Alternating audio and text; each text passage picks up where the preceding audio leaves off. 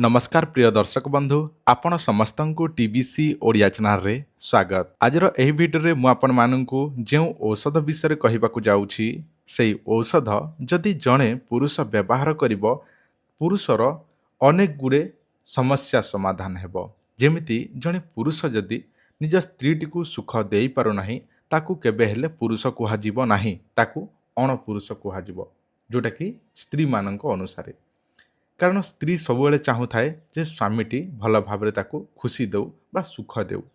जदि आपण निज स्त्रीटी को सुख दे पारुना खुशी दे पारुना से शारीरिक सुख, ताले आजर एही भिडियो रे मु आपण मानकु एमिति एक औषध विषय कहूछि जो औषध जदि जड़े पुरुष व्यवहार करिवो ताहले ताहार टाइमिंग निश्चिंत भाव में बढ़िबो। जेमिति कि गोटे 2 मिनिट रे बाहरी पड़ू थाए, कहार से जिनिस संपूर्ण पतला थाए, पानिया परिका बाहरु थाए। जदि यही सब होउथाए ता सहित अनेक पुरुष मानकर शीघ्र उत्तेजित हेउ न थाए बा उठु न थाए। जदि आपणकर एही सब समस्या रहुछि, एही गुप्त रोग रहुछि, ताहले आपण माने एही औषध व्यवहार करि परिबे। एही औषध प्रतिदिन सकाळु गोटे राति रे गोटे गुली 2टी गुली प्रतिदिन खाइबे। केमिति खाइबे? सकाळु खाली पेटरे झाड़ा झपट जिबे एवं सेई गुलीटी को चोबे चोबे खाइबे। उषुम पानी हेउ किंबा उषुम क्षीर हेउ गोटे ग्लास पीबे।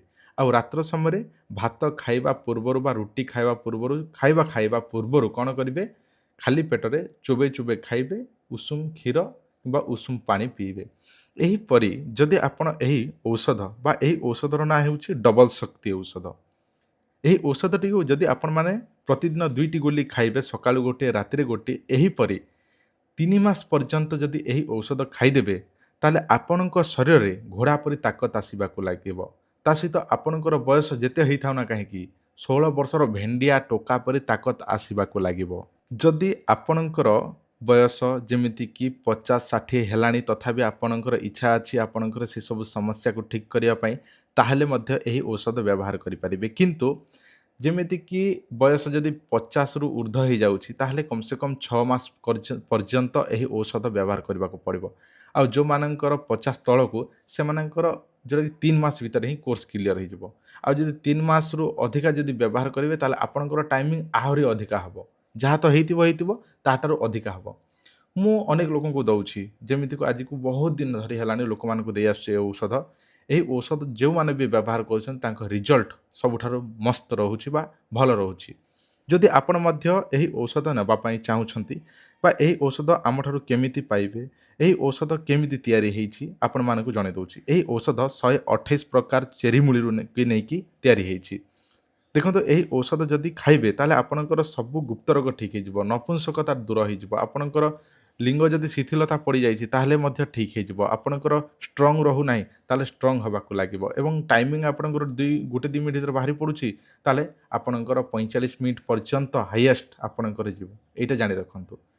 जदि आपनको एही औषध दरकार अछि ताले केमिति मगेइबे? व्हाट्सएप रे हमकु एही नंबर रे एड्रेस पठेइबे, फोन पे गूगल पे रे पेमेंट करिवे, एड्रेस देबे, से अनुसार एड्रेस रे हम पैकिंग करिकि बाय पोस्ट जरिया रे पठेइ देबु, जहाँ केवल 5 रु 7 दिन भितर आपनको स्पीड पोस्ट माध्यम रे पहुँची जिवो, जोटा कि डाकघर रे। जदि आपनको एही औषध दरकार थाए ताले आपण माने हमकु एही नंबर रे एबे ही जोगाजोग करंतु। एही औषध खाइबा द्वारा आपणक स्त्री निश्चिंत भाव में खुशी हम, कहीं आपण खाइबे आपणकर टाइमिंग बढ़िबो एवं स्त्री को सुख दे नथिले देबे ताले से निश्चिंत भाव में खुशी हम एवं आपणकर जोटा कि जीवन अतिबाहित खुशी रे चलिबो। एटा जानि रखंतु। जदि आपणकर एही औषध दरकार अछि, एही डबल शक्ति औषध, ताले निश्चिंत भाव में आमको जोगाजोग करि परिबे। जदि आपणकर दरकार अछि ताले ही जोगाजोग करंतु, जदि आपणकर दरकार नाही ताले आमको कॉल करंतु नाही। धन्यवाद, नमस्कार।